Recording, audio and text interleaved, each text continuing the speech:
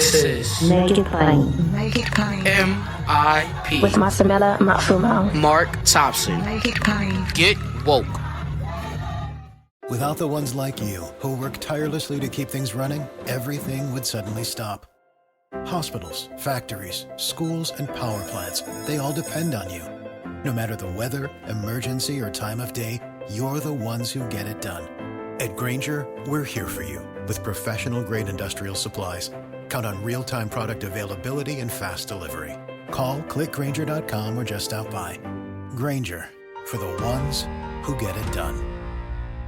Ladies and gentlemen, the New Orleans Jazz and Heritage Festival kicks off this weekend. As always, one of the biggest deals when it comes to New Orleans. And we're going to talk a little bit about that and more, and its importance, not just for this weekend, but even beyond this weekend, and the role it plays in preserving culture and heritage and what it does for the citizenry of New Orleans.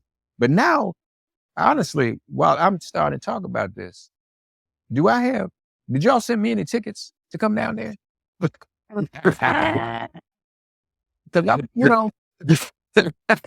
the time, and I never think about it, but this is one of those kind of things. I do interviews every day, but some interviews you want to have a ticket with you to come and do it in person and do it. No, I'm just kidding. It's a fair request. It's a fair request, I would have to say. I wish I could be there. My man, come on, that's what I'm talking about. No, I wish I could be there. We're going to hear all about the festival. We've got three very special guests with us today. First of all, Don Marshall, who is the executive director of the New Orleans Jazz and Heritage Festival and Foundation. Don, welcome to you.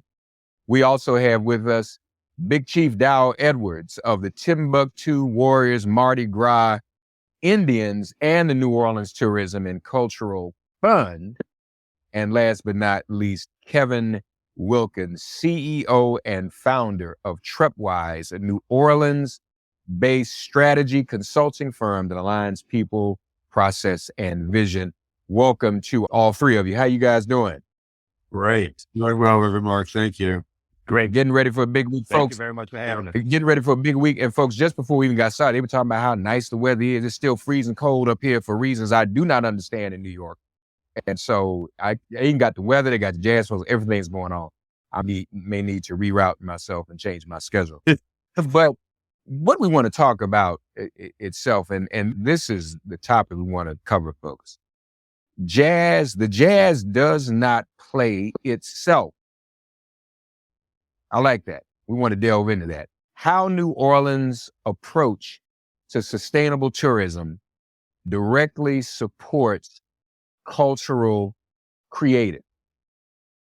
So I want to break that down. How New Orleans' approach to sustainable tourism directly supports cultural creatives. The jazz does not play itself. Who'd like to start helping us understand this concept and this topic? Who'd like to go first? I'll take a stab at it. Big Chief Dow. Yeah. I think that for far too long, the narrative in New Orleans, or coming out of New Orleans, is that the city does not support its artists in a meaningful way. And that you had to leave New Orleans in order to become successful. And so that several years back, there was a tax put on tourism in order to help the tourism industry. But what we found out was that tax was going to help larger businesses around the tourism industry without actually helping the culture bearers and the producers of the culture here in the city of New Orleans. And so we had some series of talks and discussions about that and how we could attempt to change that. Cantrell sat in on a couple of interviews, and when she became mayor, she actually went to the state and got a dedicated portion of the tourism tax, hotel motel tax, and dedicated it straight to impact the culture bearers of the city of New Orleans. And so over the last 3 to 4 years, the New Orleans Tourism and Culture Fund has been taking receipts of those proceeds from the tax assessment to the tune of about $5 million and directly reinvesting that into the actual culture bearers of the city of New Orleans. And so it really helps the musician. It helps reinforce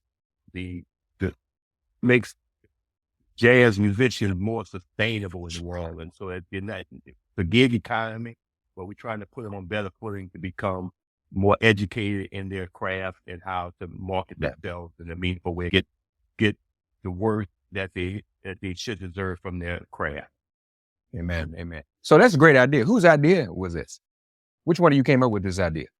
I'll say I spoke on it at a conference, but I got to say it's been reverberating throughout the community for a long time. Right. And knowing that the cultural creators were not benefiting from any of the money that was coming out. So I think it's really been reverberating for a long time, over hundreds of years, 50 years at least, ever since Louis Armstrong said, you know what it means to miss New Orleans. He had to leave New Orleans to make himself a world-renowned musician. Sir. I think that's spot on. Actually. I think that people, we get 18 to 20 million visitors a year in New Orleans. People come here for the culture, they come here for the food, and they come here for the music.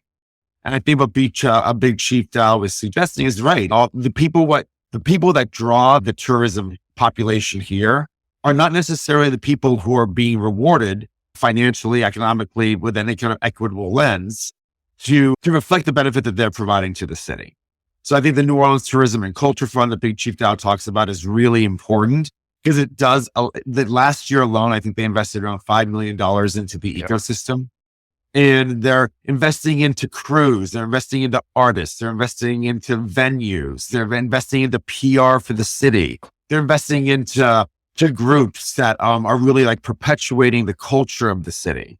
So from a large venue to a small crew, the cultural fabric of the city is really robust. And I think this fund has been really important in terms of helping to fund that. Tell us about Trepwise. What's Trepwise's role in this, Don? So we are a strategic planning firm that focuses on purpose-driven organizations, meaning we work with large nonprofits, we work with foundations, we work with corporate social responsibility organizations within the for-profit space.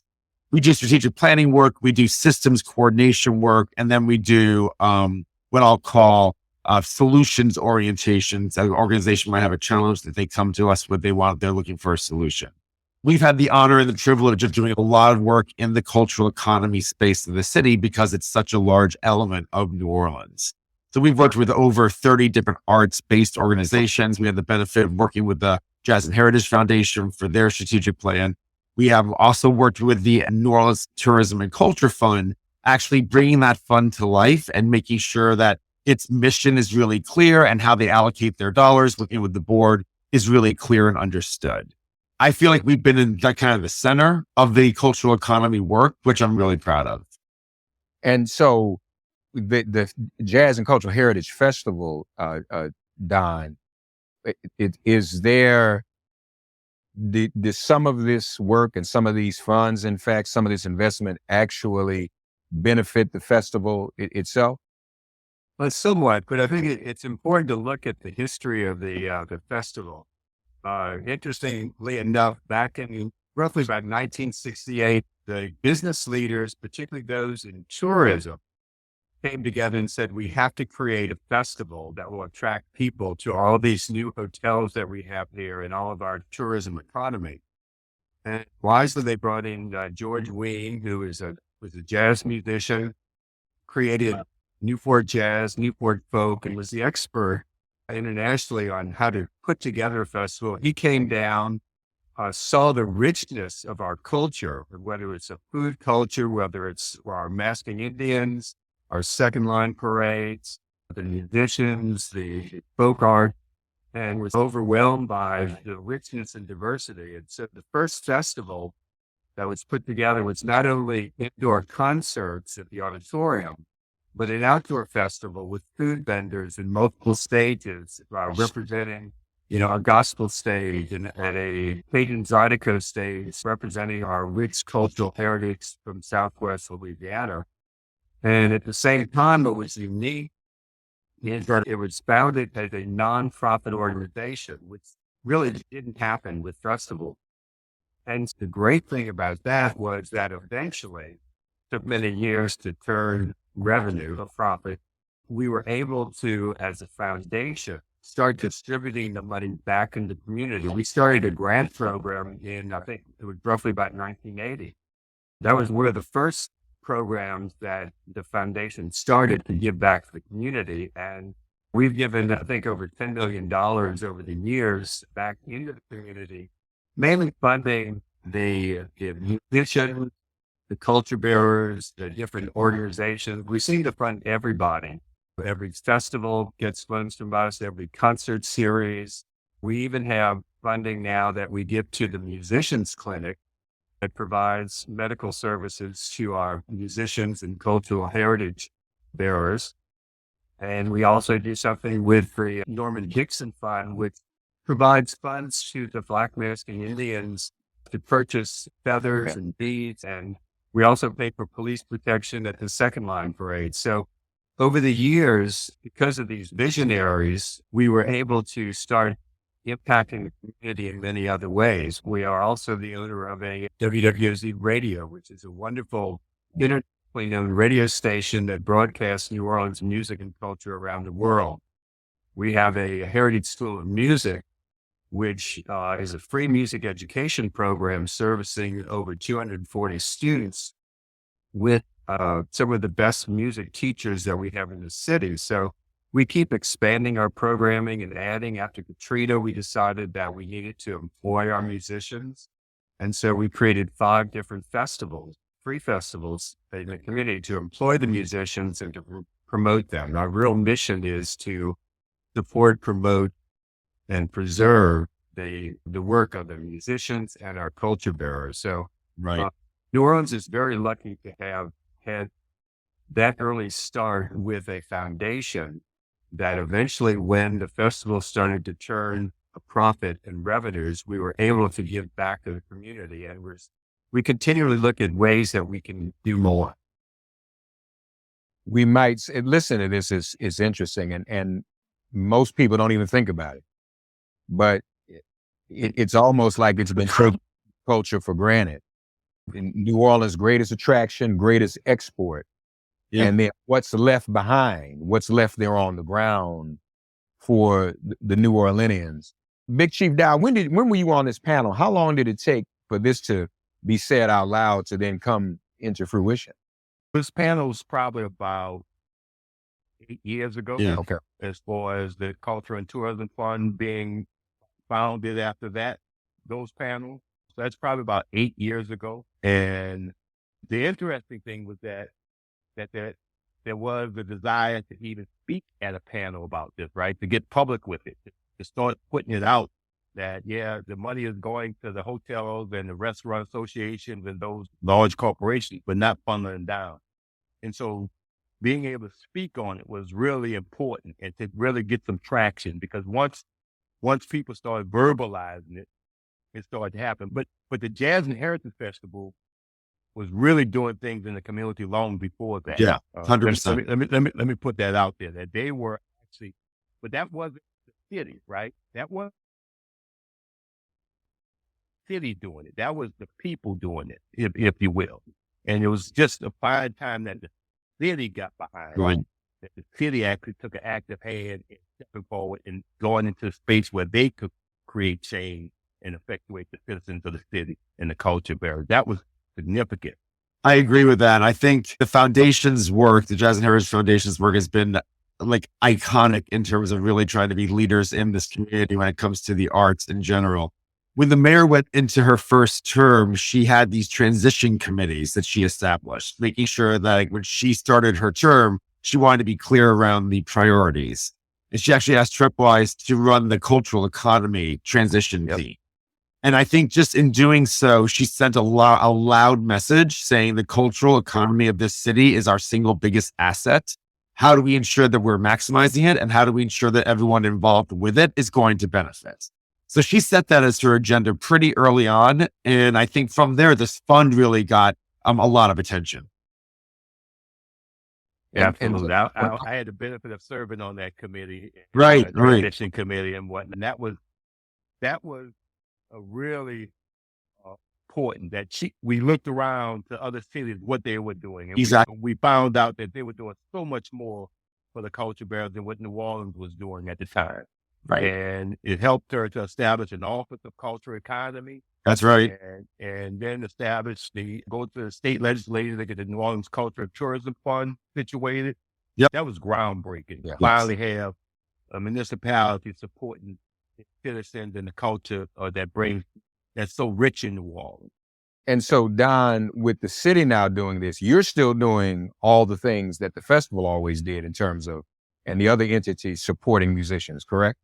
Correct. We're actually, every day we look for ways we can do more. We're actually increasing our community partnership grant programs to $2 billion for this coming year and looking for increasing the amount of money we give to each organization and individual artists. We've increased it from $5,000 to $7,500. And one of the, to me, fun part of my job is just looking at all the applications. And one of the areas of emphasis for us is music education.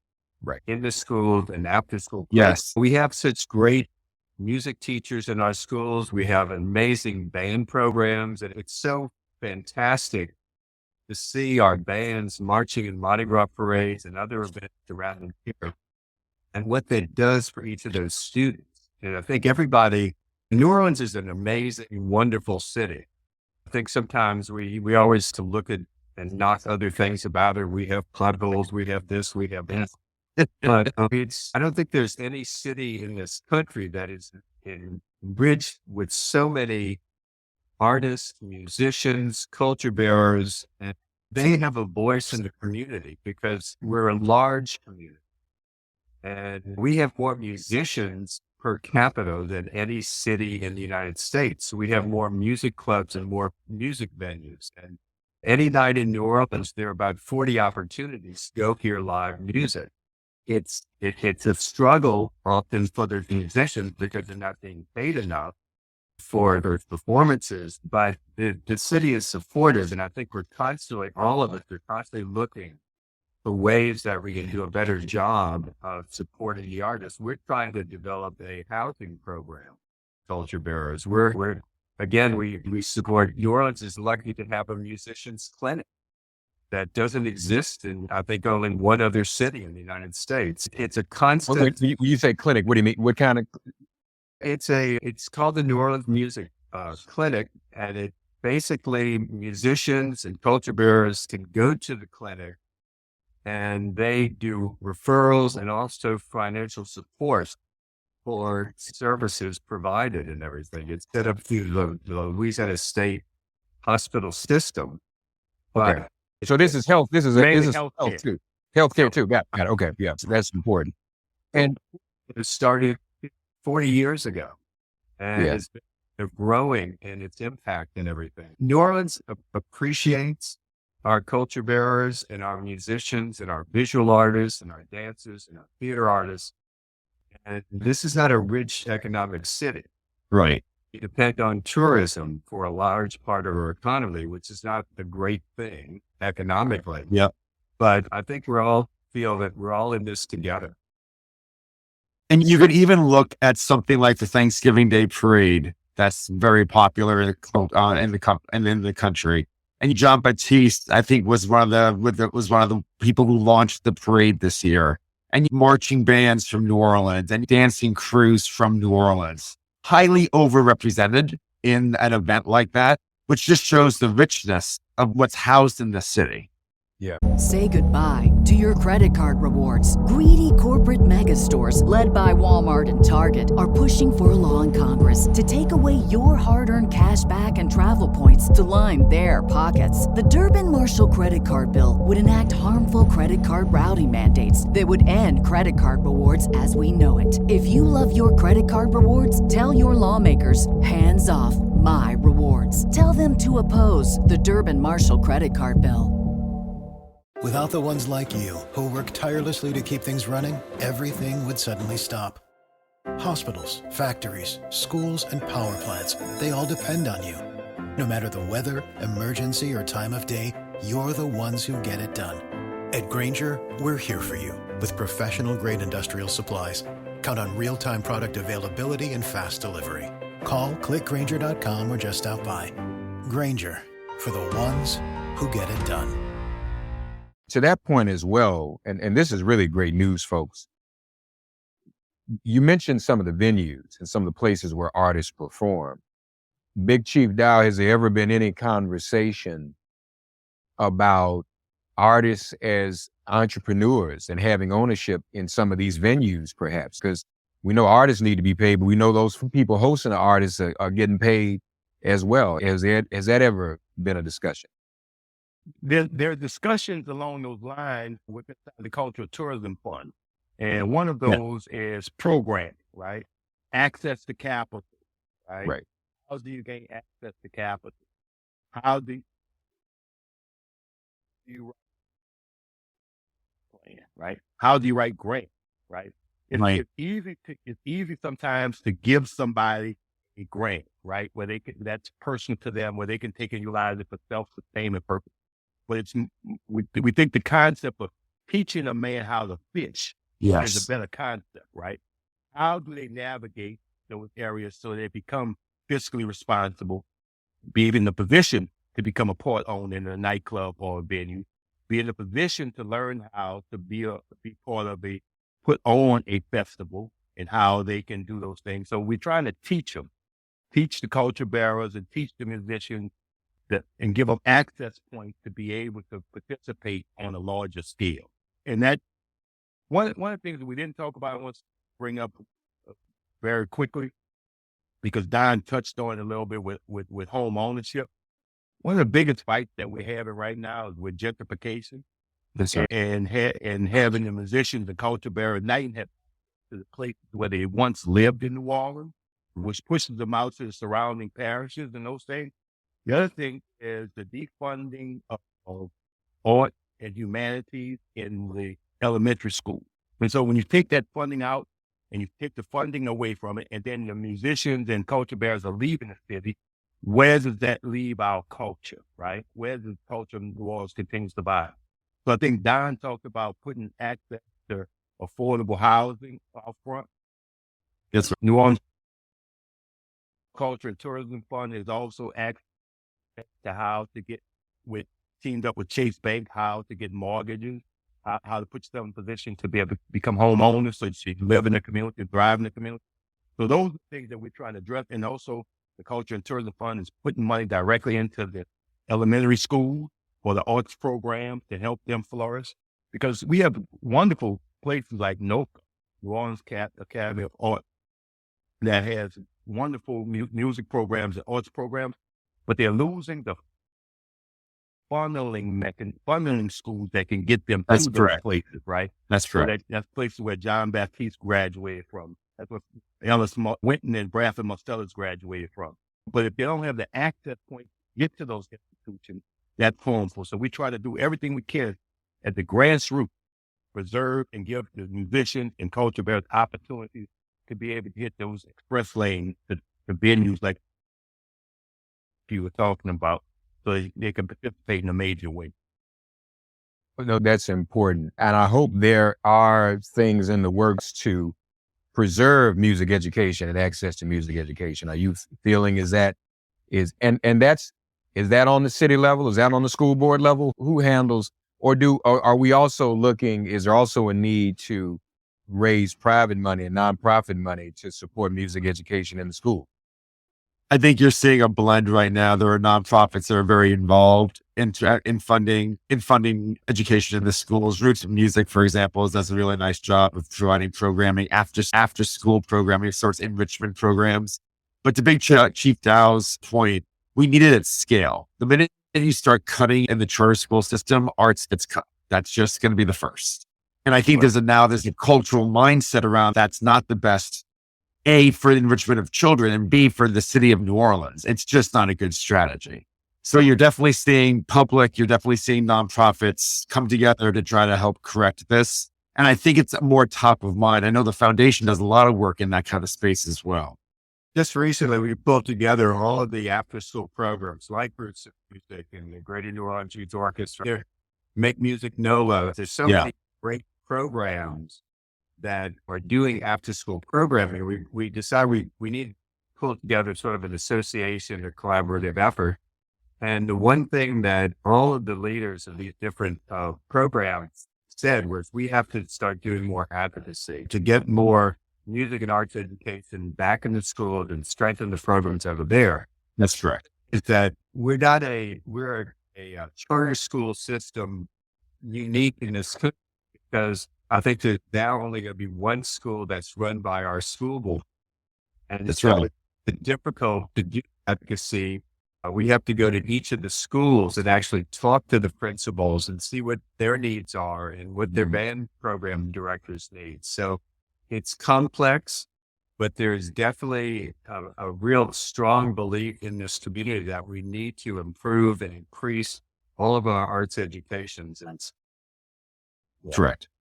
And that has to come from everybody. That has to come from the culture bearers, the business leaders, the school system, the city. Everybody has to become an advocate for That's that. correct. And once we see that everybody understanding the complexities of that situation and how it affects New Orleans as a whole, then we can get the movement necessary in order to put the funding back into the youth so that they can thrive and have a future in the city, and the future of New Orleans culture, economy can continue to thrive. Lastly, have you all, or are there any stories you can share about how this initiative has changed the lives and improved the lives and well-being of some of New Orleans' native musicians?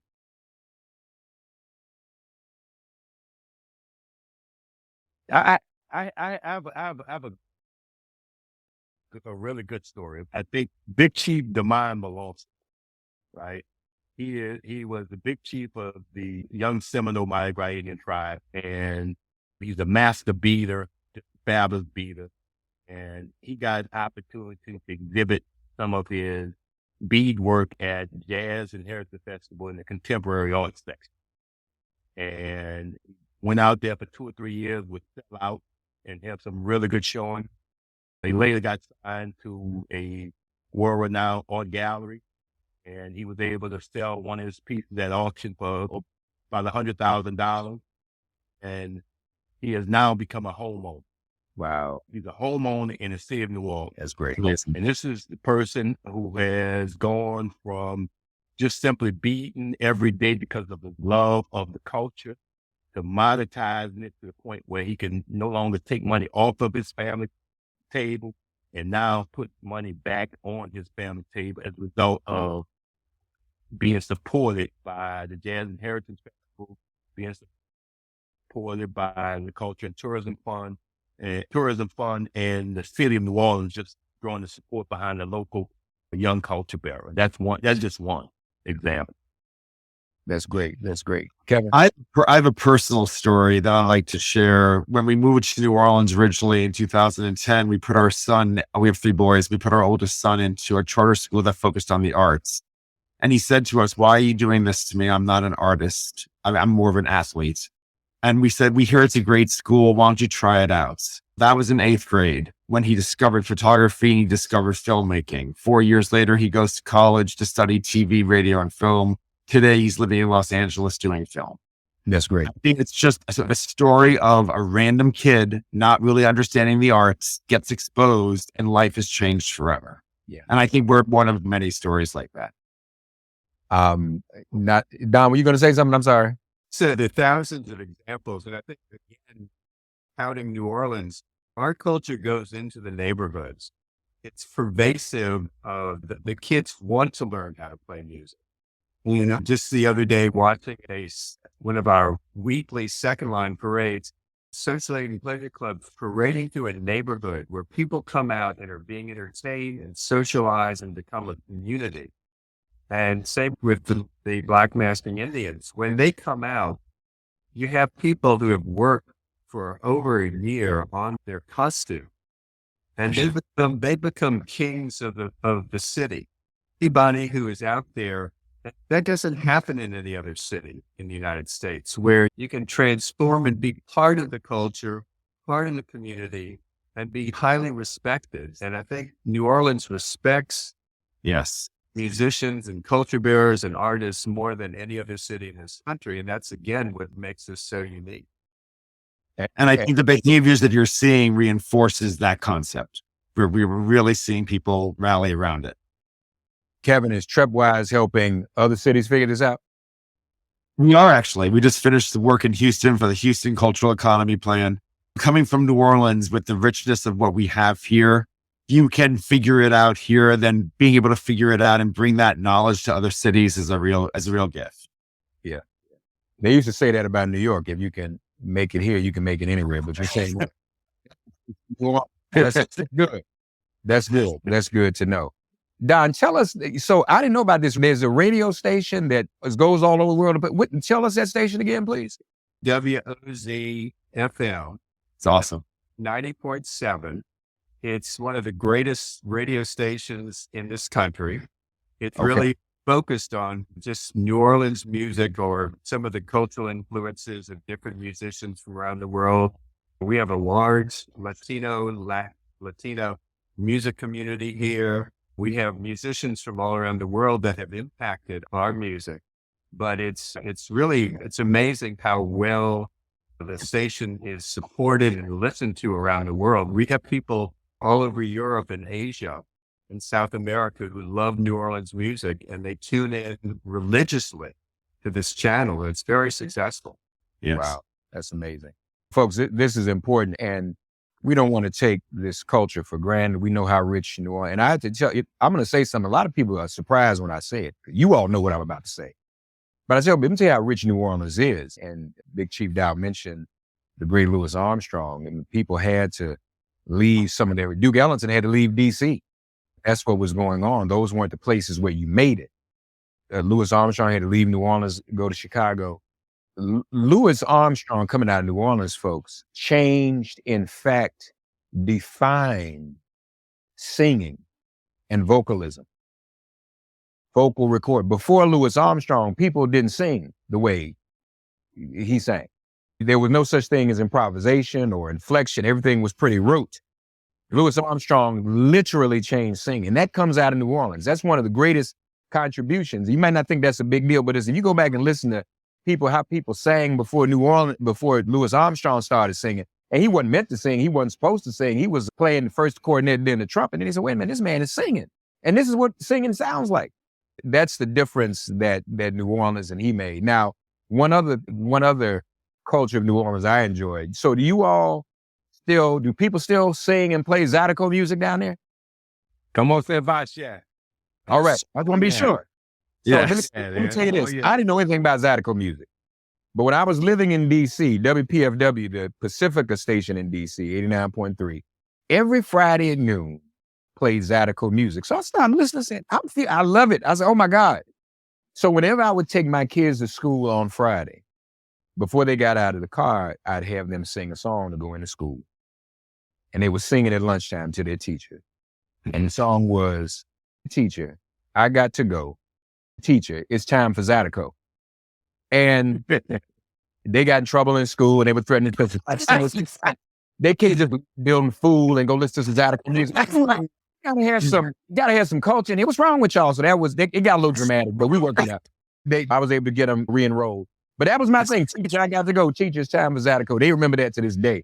I love Zydeco. I just want to make sure y'all giving the Zydeco artists some money too. Yes, we are. And this is incredible. I had the privilege of interviewing Mary Wilson not long before she passed away. And I asked her a dumb question because I didn't know any better. I said, Mary, what was in the water in Detroit that all y'all came out of there with such talent and was successful? She said, Mark, we had music education in school. It was mandatory. I was like, duh. And that's all the difference in the world. So even what you're talking about in terms of the education, that's important. And folks, we want to support this. The Jazz and Heritage Festival, always a big deal in New Orleans. And folks, they're going to have everybody there. Samara Joy, I got to see her here at Jazz and Lincoln Center, one of my second homes here in New York. Incredible. She's going to be there. It's going to really be, and a lot of other big names. Earth, Wind, and Fire is going to be there. Queen Latifah is going to be there. The list goes on Anderson .Paak is going to be there. Bonnie Raitt. I was just about to say Bonnie Raitt. Yeah. Foo Fighters, you mentioned Jean-Baptiste. Jean-Baptiste is going to be there. And what time did y'all say my flight is? What is it? You got to get that third ticket for one thing. Big Chief Dow, the Timbuktu Warriors going to roll through the jazz. Awesome. Awesome. Yes. Come on. Let's do this. Let's give out where people can find everybody, websites. First of all, Don, for the festival, where do people go to find the lineup and get involved? It's www.jazzfest.com. NOTCF.com. All the information, the cubes, time people performing, all kind of stuff. So definitely check it out. My man Terrence Blanchard, Wycliffe Gordon. Yeah, y'all gonna have some. Y'all not playing down there. I can't wait to get my plane ticket, my flights that y'all gonna send me. Big Chief Dow, where can people find you? It's better to find the New Orleans Culture and Tourism Fund, right? That's The New Orleans Culture and Tourism Fund is NOTCF.com, but you can find me at Big Chief Dow on the IG, Dow Edwards on Facebook, and you can find me just about anywhere. If you just Google Big Chief Dow, I'm all over. I take the party wherever we go. That's good. That's good. And brother Kevin at Trepwise, where can people find you? Especially those of you who are listening, say, hey, I want this where I am, and I want this kind of initiative. Kevin, where can people find you? That's great. If you're looking for strategic planning or systems coordination, if you're looking for working the cultural economy, we're at trepwise.com, TREPWISC.com. Folks, we've been honored to have the executive director of New Orleans Jazz and Heritage Festival and Foundation, Don Marshall, from the Timbuktu Warriors, Mardi Gras Indians, and the New Orleans Tourism and Cultural Fund, Big Chief Dow Edwards, and with Trepwise, Kevin Wlikins, the CEO. Congratulations to you all. This is a blessing. This is great work. Have a great Jazz and Heritage Festival weekend, and I do hope the weather holds. I know it'll be beautiful, so we're going to claim all of that. But this has really been touching and moving and so important, folks. We got to keep the culture alive. We need as many bright lights and as many things to celebrate as we possibly can. And we wouldn't have any of the music we have that we celebrate, modern music we celebrate today, without it all kicking off in New Orleans. So, yeah, we love that place. Thank you all. Congo Square. Thank you so much, Reverend. Thank you. All Thank right. you very much. Thanks for getting woke and listening to Make It Plain. As always, perform an act of kindness on behalf of an elder or young person. Write a letter to a sister or brother who just so happens to find her or himself incarcerated. Offer libations to the ancestors upon whose sturdy shoulders we all now stand. And above all, give thanks to the God of your understanding by whatever name you call her and him. All God asks of us is that we give each other love. Thanks for giving MIP love. And please remember to subscribe and give us a 5-star rating. If all hearts and minds are clear, it has been made plain.